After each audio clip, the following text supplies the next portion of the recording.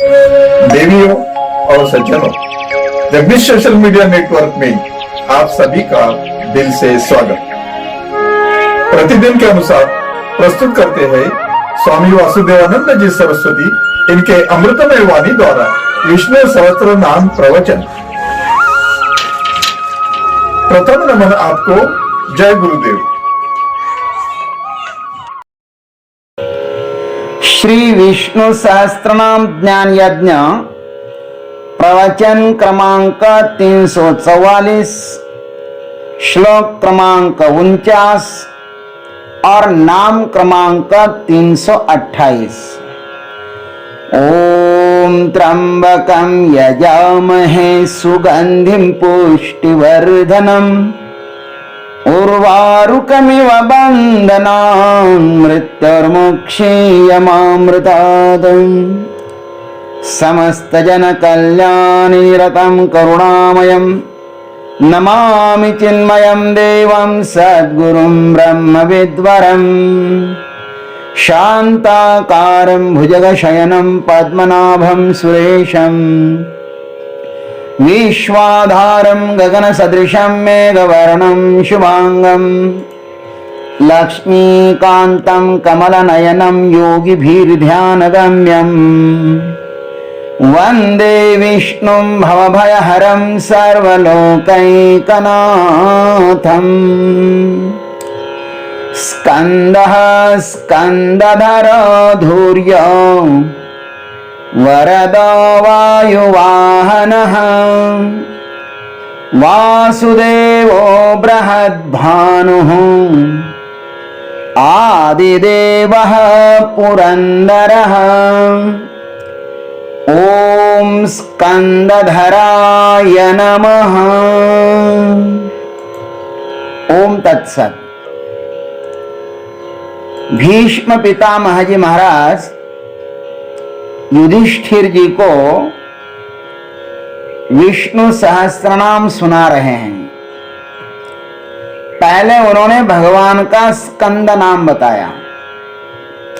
स्कंद का अर्थ होता है अमृत रूप से बहने वाला। तो परमात्मा है ही अमृत रूप से बहने वाला, लेकिन अब कहते हैं कि वह अमृतमय धर्म को धारण करने वाला भी है, इसलिए उनको स्कंदधर कहते हैं। स्कंदधर का अर्थ है धर्म पथ को धारण करने वाले। भाष्यकार जी ने इसका अर्थ बहुत सुंदर लिखा है। स्कंदं धर्मपथं धारयते इति स्कंदधरः। स्कंद अर्थात धर्म मार्ग को धारण करते हैं, इसलिए भगवान स्कंदधर हैं। स्कंद का एक अर्थ धर्मपथ भी होता है, और परमात्मा कभी भी धर्म पथ को छोड़ते नहीं हैं। जो अपने स्वभाव को कभी भी नहीं छोड़ता है वही उसका धर्म होता है। जैसे अग्नि कभी भी प्रकाश एवं उष्णता को नहीं छोड़ती, पानी कभी भी अपनी शीतलता को नहीं छोड़ता, वैसे परमात्मा भी कभी भी अपने धर्म को नहीं छोड़ता। परमात्मा को अपना धर्म अत्यंत प्रिय है। परमात्मा का धर्म क्या है? जो सच्चिदानंद घन है, नित्य शुद्ध बुद्ध मुक्त स्वरूप है, वही तो परमात्मा का धर्म है। और जो परमात्मा का धर्म होता है वही जीवात्मा का भी धर्म होता है। लेकिन जीवात्मा को परमात्मा होने के लिए कुछ प्रयत्न करने पड़ते हैं। उसको पहले जीवात्मा से धर्मात्मा होना पड़ता है, फिर धर्मात्मा से महात्मा होना पड़ता है, फिर महात्मा से देवात्मा होना पड़ता है, और देवात्मा से उसे परमात्मा में छलांग लगानी होगी, तभी वह जीवात्मा से परमात्मा हो सकता है। इस संसार में परमात्मा को पाने का एकमात्र उपाय है, और वह है अपने धर्म का पालन करना। क्योंकि भगवान भी धर्म रक्षा के लिए ही अवतरित होते हैं। गीता जी में कहा है, धर्म संस्थापनार्थाय संभवामि युगे युगे, अथवा धर्म एव हतो हन्ति धर्मो रक्षति रक्षितः। हम धर्म का नाश करें तो धर्म हमारा नाश करता है, और हम धर्म की रक्षा करें तो धर्म हमारी रक्षा करता है। अतः हम धर्म का नाश न करें और धर्म भी हमारा नाश न करें, कारण कि यतो धर्मः ततो जयः। जहां पर धर्म होता है ना, जय वहीं पर होती है। मनुष्य को भगवान ने बुद्धि इसलिए ही दी है कि वह अपने धर्म का पालन करे, नहीं तो मनुष्य में और पशुओं में कुछ भी अंतर नहीं होता। शास्त्रों में लिखा है, आहार निद्रा भय मैथुनंच सामान्य में तत् पशुभिः नराणाम धर्मो हि तेषाम अधिको विशेषः धर्मेण हीनः पशुभिः समाना। ये चार बातें, आहार निद्रा भय और मैथुन, आदमी में एवं पशु में समान ही होता है, किंतु मनुष्य में बुद्धि एक विशेष होती है। इसी के कारण वह पशुओं से अलग है। भागवत जी में भी कहा है, धर्मस्य तत्व जिज्ञासा नार्थो अर्थायोपकल्पते नोत्पाद यद यति रतिम धर्म एव ही केवलम श्रम एव ही केवलम। धर्माचरण का एकमात्र फल है आत्मस्वरूप की जिज्ञासा होना। इसके सिवा धर्माचरण से जो कुछ भी फल मिलेगा सो सब निरर्थक ही है, अर्थात श्रम मात्र है, केवल परिश्रम ही है। और गोस्वामी जी ने भी धर्म के बारे में स्पष्ट कहा है, धर्मते विरति जोगते ज्ञाना और ज्ञान मोक्ष प्रद वेद बखाना। धर्म से विरति जागते हैं, विरक्ति से भगवान, विरक्ति से मनुष्य जुड़ जाता है परमात्मा के साथ, उनको ज्ञान प्राप्त होता है, और ज्ञान से ही मोक्ष प्राप्त होता है। ऋते ज्ञानात् न मोक्षः। इसलिए इस संसार में आए हुए मनुष्य का सर्वप्रथम कर्तव्य है अपने अपने धर्म की खोज करना, फिर अपने धर्म रूपी जहाज पर बैठकर ही इस भवसागर को पार किया जा सकता है। अन्यथा वही रटाया रटाया श्लोक है, पुनरपि जननम पुनरपि मरणम पुनरपि जननी जठरे शयनम। इस अनादि संसार में इतस्ततः भटकते रहना पड़ेगा। आपका छोटा सा क्षुद्र अहंकार आपकी अनंत पीड़ा का कारण बन सकता है। ध्यान रखना, क्षुद्र अहंकार, अत्यल्प अहंकार अनंत पीड़ा का कारण बन सकता है। इस मनुष्य जन्म में हमें जो यह सुंदर अवसर ईश्वर ने दिया है ना, उसे व्यर्थ नहीं गंवाना चाहिए। वह हमें पुनः कभी भी नहीं मिलेगा, क्योंकि परमात्मा के विधान में पुनरावृत्ति नहीं होती। वह एक ही बार अवसर देता है। यह जन्म मिला है ना, बस एक ही बार, पुनः मिलेगा ही इसका कोई भरोसा नहीं है। इसलिए खोजो अपने सच्चे धर्म को और आरूढ़ हो जाओ उस पर।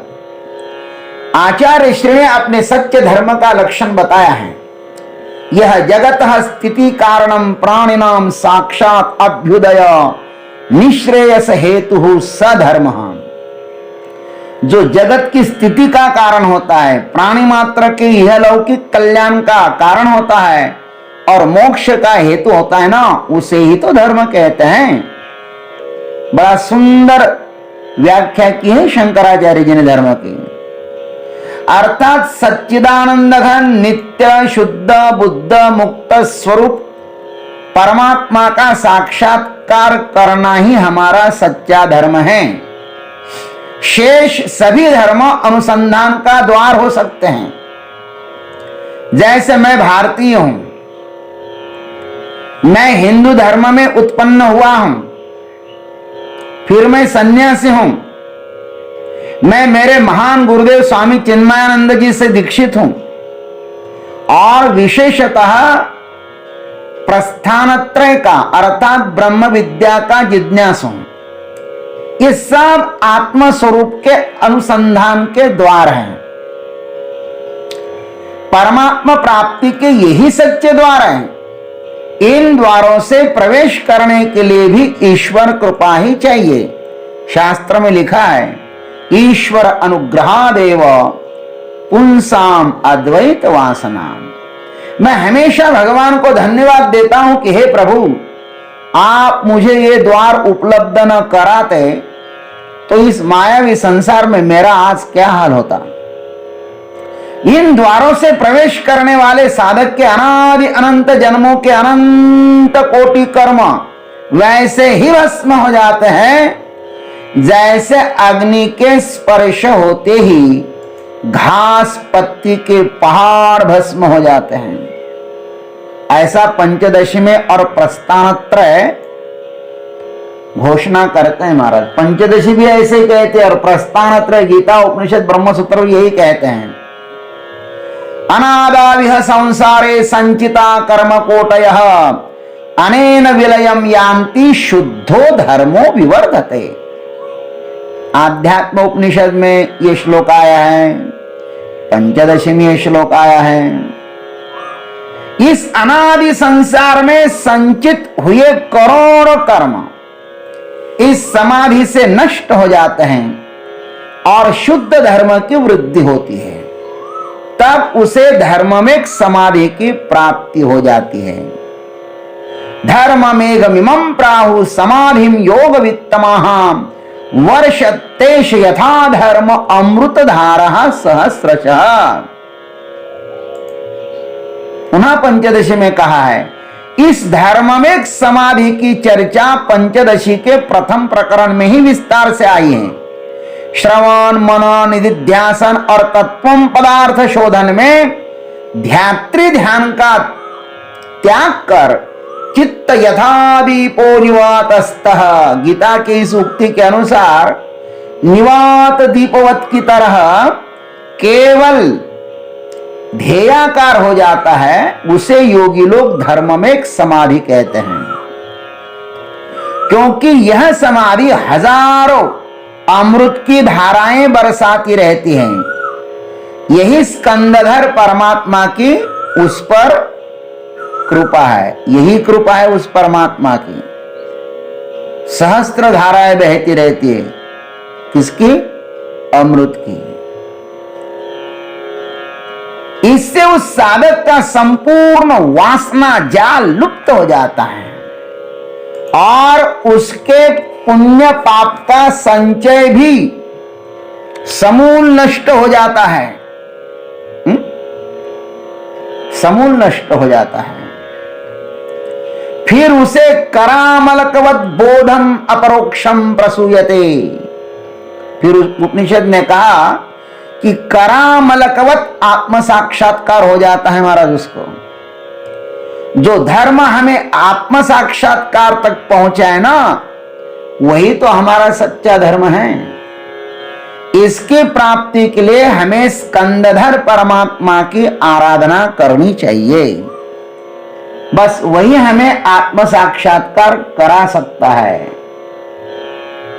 ओम तत्सत। जय गुरुदेव, जय जगदीश्वर, जय जय महाकाल।